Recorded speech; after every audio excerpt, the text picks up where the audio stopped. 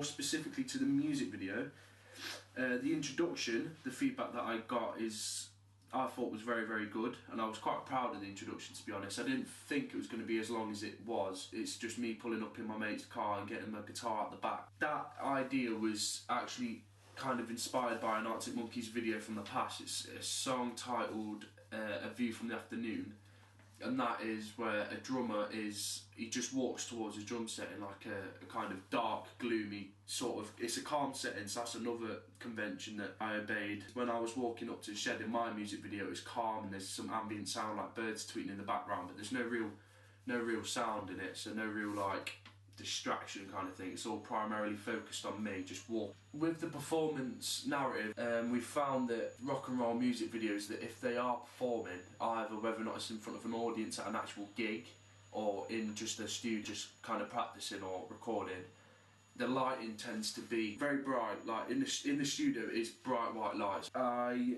had to actually change that in my editing process because the natural light that we got in the shed where Paper Shop Dave performed is it's a bit dull.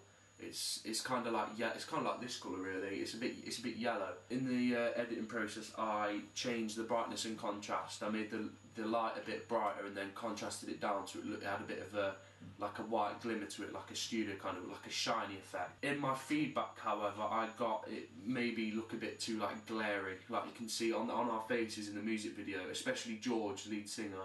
It kind of, because he's got lighter toned skin than me, it kind of like rebounds off his face, like blinding a bit. That was taken on board as maybe like it can look a bit too animated or even like photoshopped, just the whole image just maybe look a bit fake. So I thought keep it as natural as possible, but editing sometimes the smallest bit matters. The same question on the ancillaries now, beginning with the magazine advert.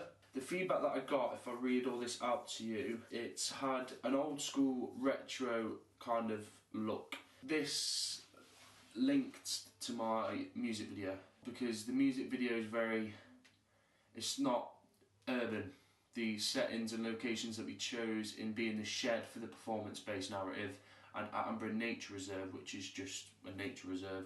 So there's not much to that, but it's very plain, built down kind of approach in the sense of like realism is in the video. So that was kind of linked with the magazine advert, which I was very happy with. The magazine advert's all black and white bar my face and skin tone. Obviously I left that in colour, but it's built down and very like simplistic.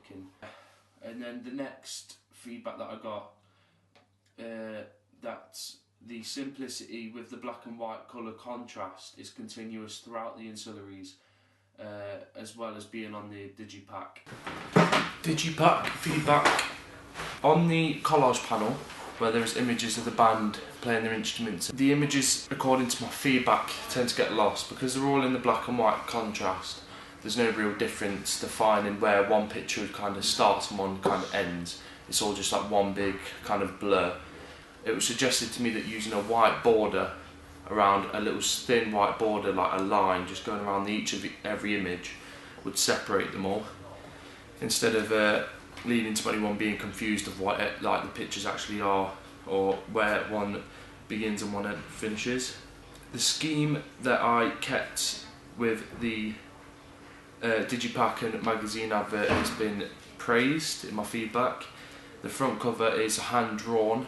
I designed it and drawn it, and it's just a newspaper with the ashtray and bits and bobs with Paper Shop Dave on the newspaper. But after that I made sure that all the other panels were in kind of the same kind of scheme and feel to it, of being it hand-drawn and just using a pencil with some white, obviously white contrast with the black. Better placement of the copyright text on the back panel.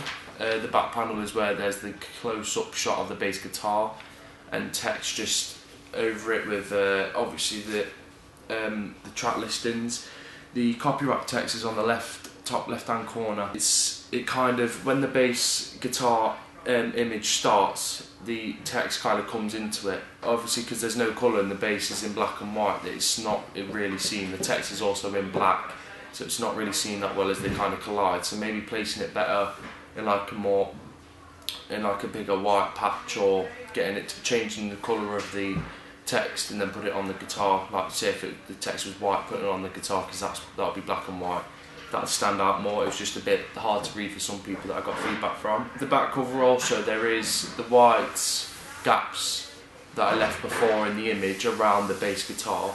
It wasn't, that was one of the things that I was told I could maybe improve on, because it just looks like a bass guitar. Like it looks really photoshopped. The white gaps can be covered up with something, I'm not too sure what, without thinking about it. But Paper Shop Dave band members being the protagonists in the ancillaries and music videos. This was good on the digipack, how I kept them in colour, and also I kept myself as a character in colour on the magazine advert.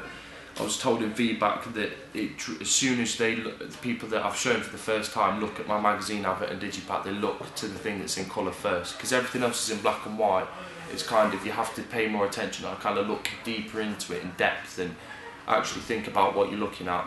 But with the colour, you just look, your eyes just go straight away, just because it's attractive and it stands out above just a black and white contrast. So I was told that was good.